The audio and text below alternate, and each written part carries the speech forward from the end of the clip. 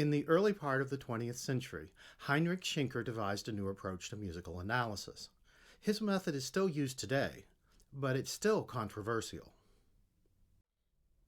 Much of the controversy centers around denigrating statements Schenker made in his book Die freie Satz, usually translated as free composition. Schenker claims that his method will be of little use in analyzing inferior music, by which he means folk music, modern music, and music by non-Europeans. These statements are made even more inflammatory due to Schenker's claim that his method's based on the laws of nature, and that the laws of nature are God's will.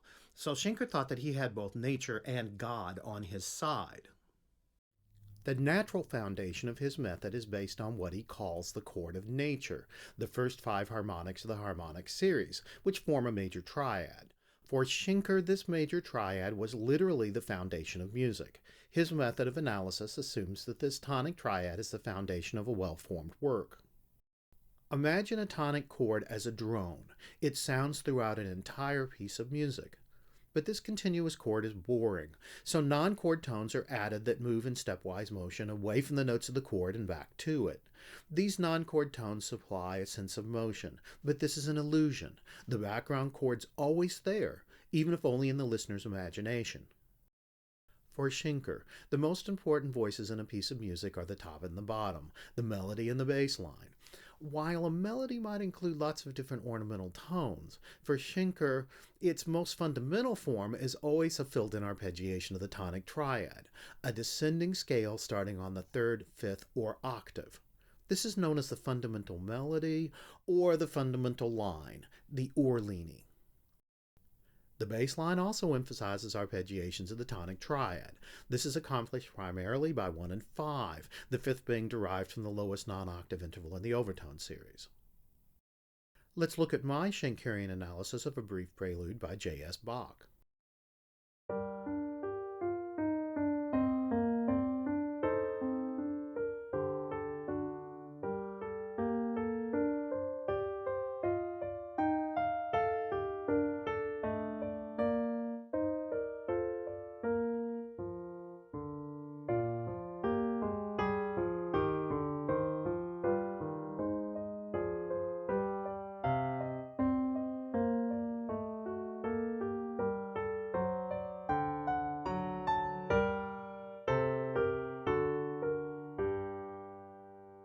Since the most important things are the pitches of the top and bottom voices, let's get rid of the inner voice. Let's also get rid of the rhythm. The rhythmic notation here indicates importance and not length. The half notes are more important than the quarters, which are more important than the stemless note heads, which are more important than the grace notes. The fundamental melody, the Ohrlinie's on top. Its pitches are linked by the beam. The scale degrees that make up this fundamental melody are marked with numbers with little carets, circumflexes, on top. This fundamental melody starts on the 5th scale degree and descends to tonic. It's interrupted in the middle and starts over before finally falling all the way to tonic. This is common in Schenkerian analysis, particularly in pieces like this little binary form. It might seem odd that the first pitch of the fundamental melody is really long compared to all the others. This demonstrates one of the most important concepts of the Schenkerian world. True musical movement happens primarily at the ends of sections, and when it does happen, it happens quickly. The opening D is prolonged as a kind of drone. The other pitches of the melody are simply ornaments. The second note, the E flat, is just an upper neighbor tone. The notes after that form stepwise passages that leave the D and then come back to it. In fact, no fundamental melodic movement takes place until the 4th scale degree at the end of the line. I will play the melody literally sustaining the Ds, so that you can hear how the other notes of the melody are simply ornamental.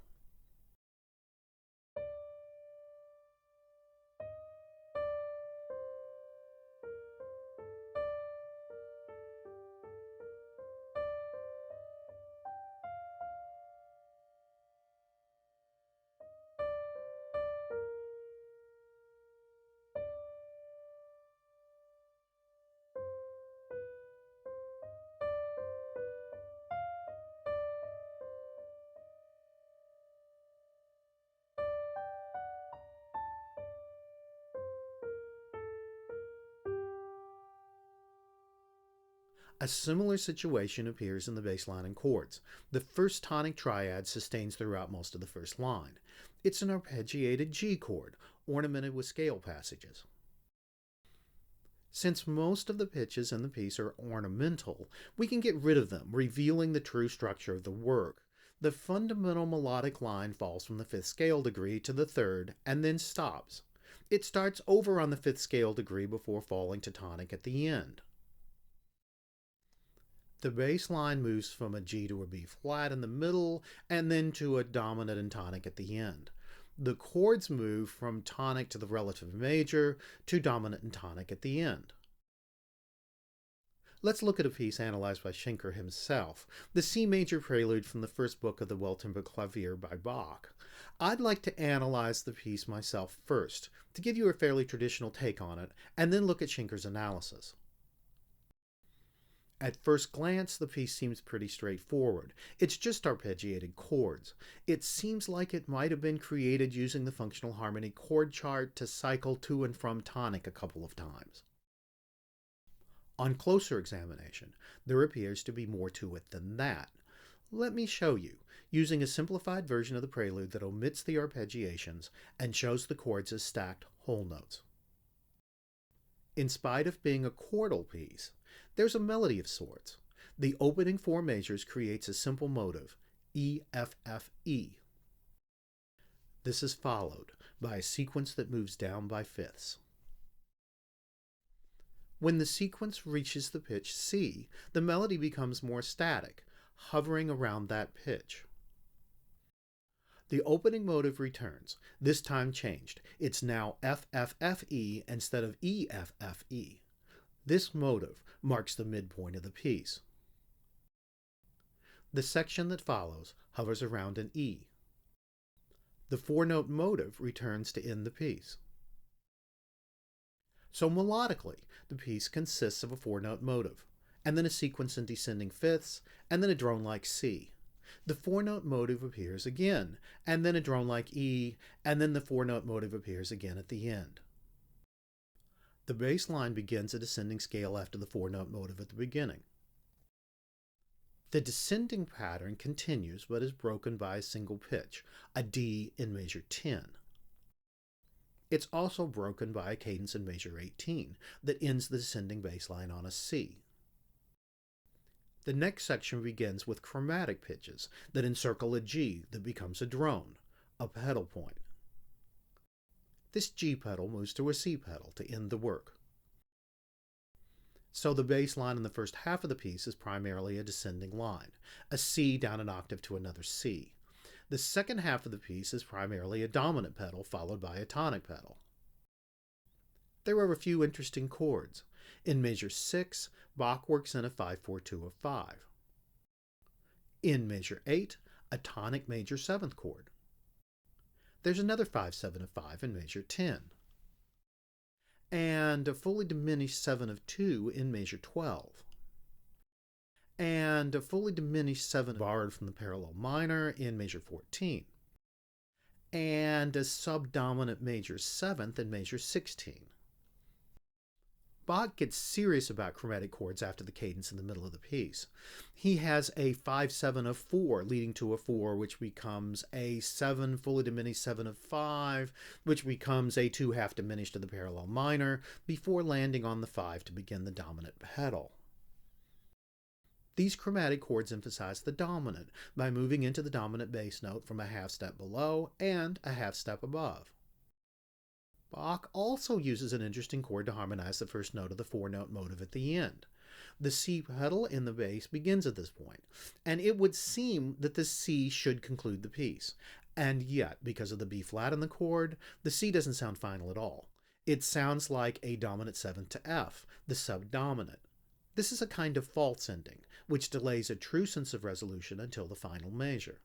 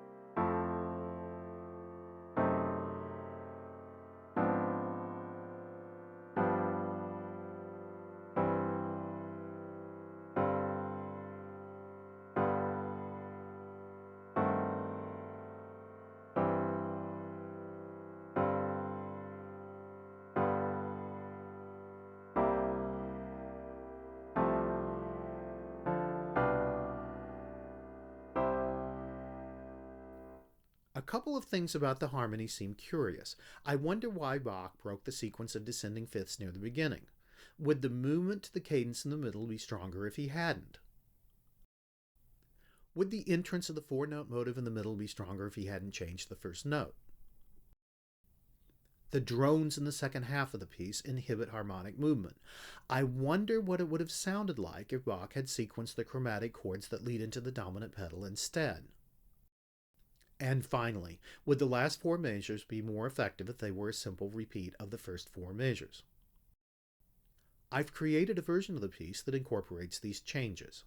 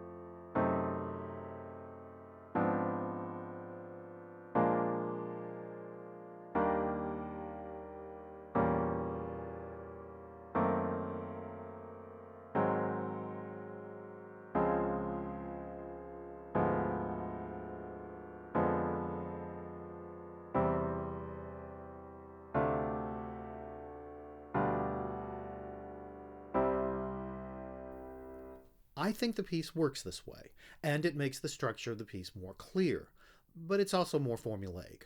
Getting rid of the drones destroys the sense of suspense that's found in the original. The drones let us know that the piece is about to be over, but we don't know exactly when. They encourage a sense of anticipation that makes the piece more dramatic. Let's look at Schenker's analysis. I retypeset the original to make it easier to read, and I've translated Schenker's terms into English. I've also changed a few graphic features. For example, some of Schenker's dotted lines now appear as solid lines. Here's the foreground of the piece. It contains every note of the original. Schenker points out certain features, like the fact that the melody tracks with a bass line an octave and a third higher.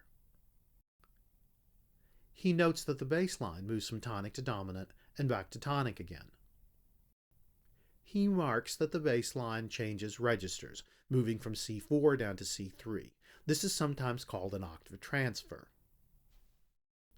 A similar octave transfer happens in the fundamental melody. It's important to note this. The fundamental melody should fall to tonic, and if that tonic is in a different register than the first note of the fundamental melody, then it should be carefully led. This is the case here. There are a few notes that don't seem to lead anywhere.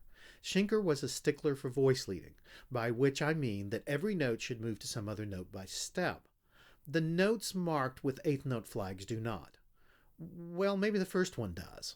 You could think of it as lingering in the air until the second one enters two measures later, but the second one hangs there with no place to resolve. A similar situation occurs a few measures later. Schenker marked only the most important chords. Note the quality of the two chord.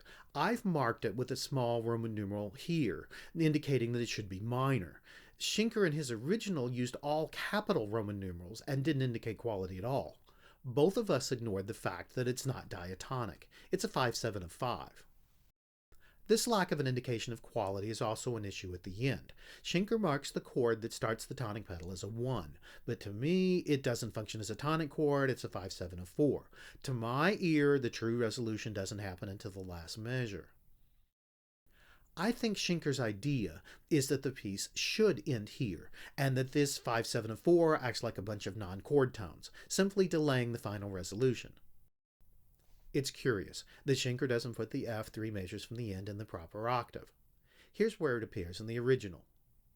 I think his idea is that it has to come from somewhere by stepwise motion, and that it has to resolve by stepwise motion, and that's not going to happen if it's in its proper octave, so he moved it down an octave. I think if you want to go to extremes, you could see this F as a continuation of the hanging G from near the beginning. That G could linger and resolve down to the F near the end. Unfortunately, it doesn't resolve down to an E in that higher octave.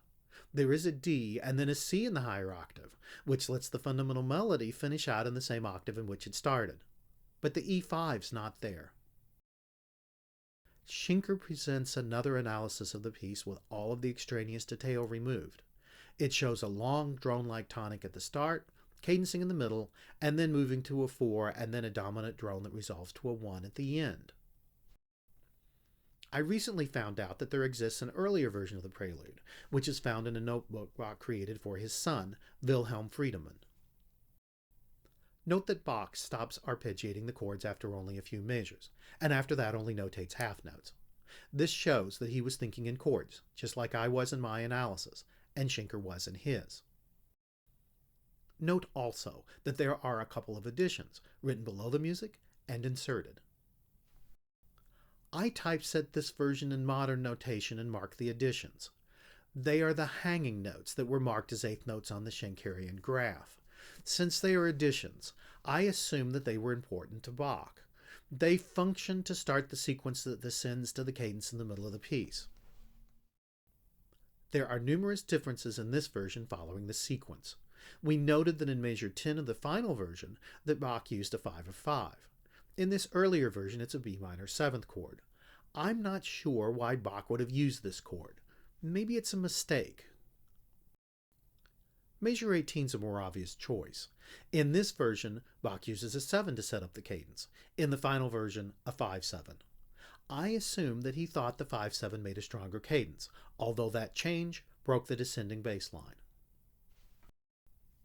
The second half of the piece is considerably different. It's much shorter, and while the G pedal's still there are no chromatic chords setting it up. Note also that the 4-note motive that started the piece is back at the end. This time it's more obvious, with all of the pitches in the same octave. Here's what the earlier version sounds like.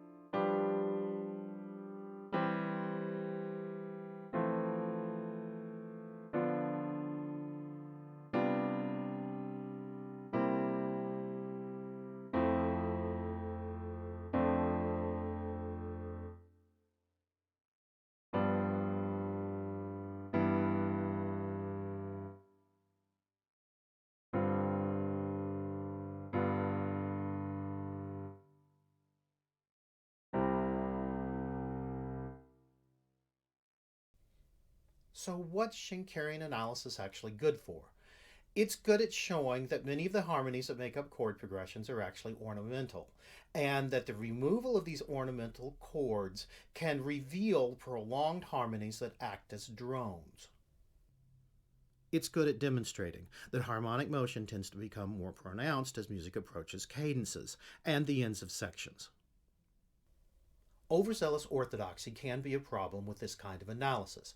For example, some Schenkerian analysts will try to prove certain things, like a certain note is of prime importance just because it's part of a fundamental melody. This presupposes that Schenkerian theory is right in the way that it portrays music, and that an orthodox Schenkerian analysis will somehow represent the truth. Most modern Schenkerians claim not to believe in the natural basis of the method. It does seem naive to believe that music is based on a single chord just because something resembling that chord is found in nature. Still, many have a conviction that Schenkerian analysis reveals the true nature of music. I personally don't think that music works this way. Think about the 5-7-4 4 measures from the end of the Bach C major prelude. Why is it there? I think it's there as a surprise, to thwart our expectations of hearing a tonic. I think it's there to delight us. So why should this kind of thing delight us? In order to understand that, we need to understand the psychology and physiology of musical perception.